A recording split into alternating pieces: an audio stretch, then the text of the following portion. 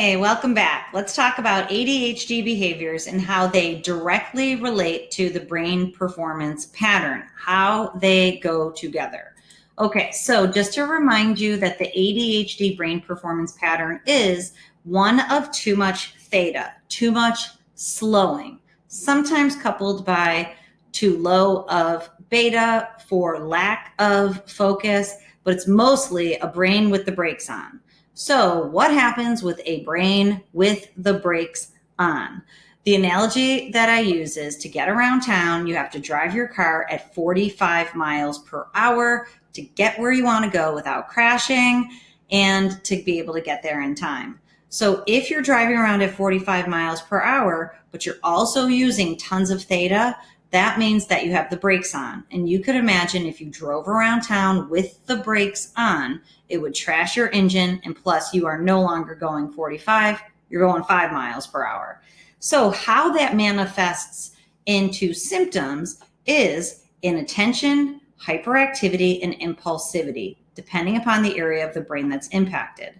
So we'll see disorganization, lack of focus, difficulty giving attention to details, have trouble staying on the topic while they're talking. It's because their brain is trying to fall asleep.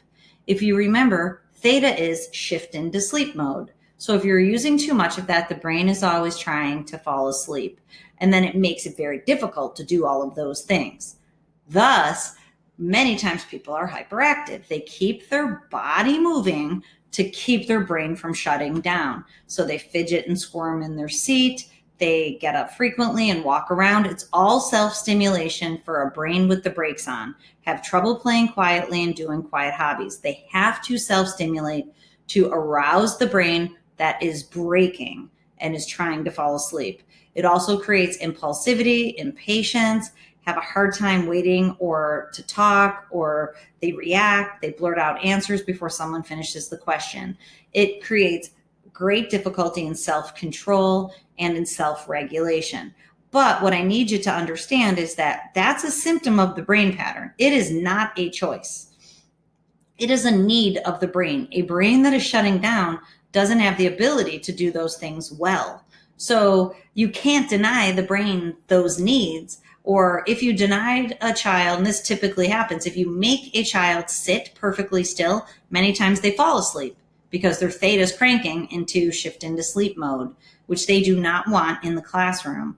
So if you deny the need of the brain, you can get yourself bigger problems. The real thing that you need to do is to decrease that need in the brain, and then the symptoms go away because they are a product of what the brain needs because of its brain performance pattern. So I hope you get that.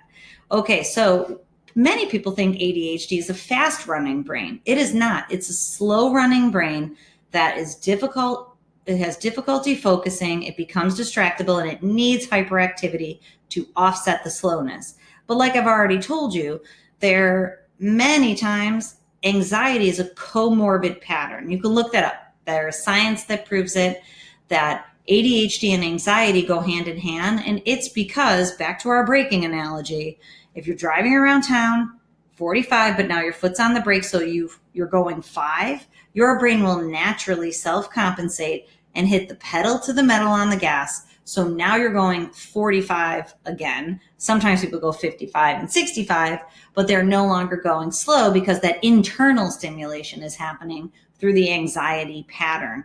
So those many times are people who don't have a ton of hyperactive physical behaviors, but they have a hyperactive mind because of the extra fast speed of the anxiety pattern. 75 miles per hour on the gas to offset all the braking. But obviously that trashes the engine. So you do not want to be driving around town using the brakes and hyperdrive in the gas. What we want is to regulate the brain back to perfect processing speed in the middle, so symptoms go away and the brain and the body are in a healthy position so that the person can be healthy and ride off into the sunset. Okay, so when we have a slow running brain, we've already looked at some of these, but overwhelmed to task, avoidance behaviors. A lot of people don't understand. Procrastination is a major symptom of ADHD. Kids with ADHD look at the task at hand, go, whoa, that's a lot. They can't use executive function skills, and they're like not gonna happen, and they procrastinate or avoid, which obviously gets them more problems in the end. Meltdowns happen because the nervous system simply cannot handle the input because it's running too slow and is probably simultaneously running too fast too. Difficulty organizing and staying on track. And that's why stimulant medications work for some people, like I already shared with you, and I already shared with you the terrible side effects that many people get. Okay, so the pattern's too slow. I know I'm reiterating it, but this is the last time. Too much theta, so it's slow. Not enough beta, so that equals slow, because beta is perfect processing speed. So they are stuck in a slow gear, a low gear.